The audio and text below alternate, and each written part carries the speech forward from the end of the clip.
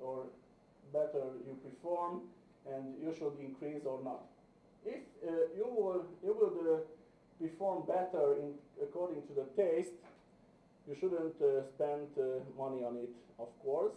It has an effect on the final results, or indirect effects on the final results, but because if you perform better than the competitors, maybe you should maintain these advantages, but not should increase this performance to extreme extent.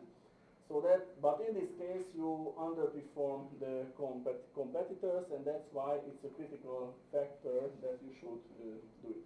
So maybe that's a brand equity model that you can establish or develop for yourself, and you can rely on this.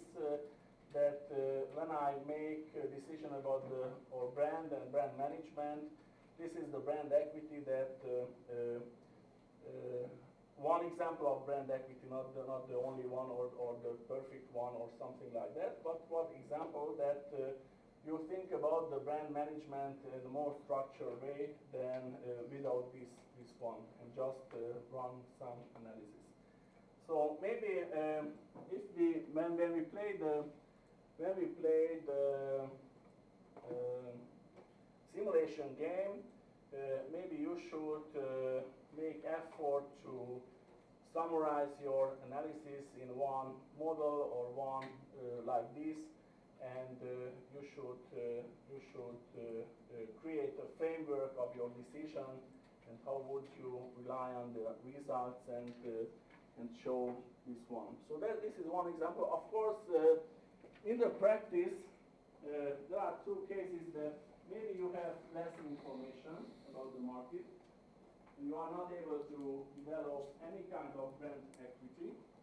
And another one that you have much more information about the market.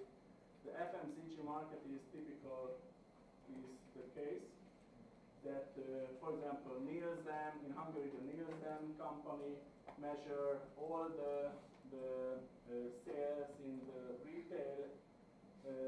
Other agency, GfK, for example, measure the leaflet activities of the companies.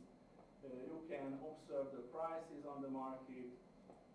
There are Kantar Media, for example, an agency in Hungary that measure all the communication activities of the competing companies and so on. So you have many information, and you can develop more sophisticated brand equity model.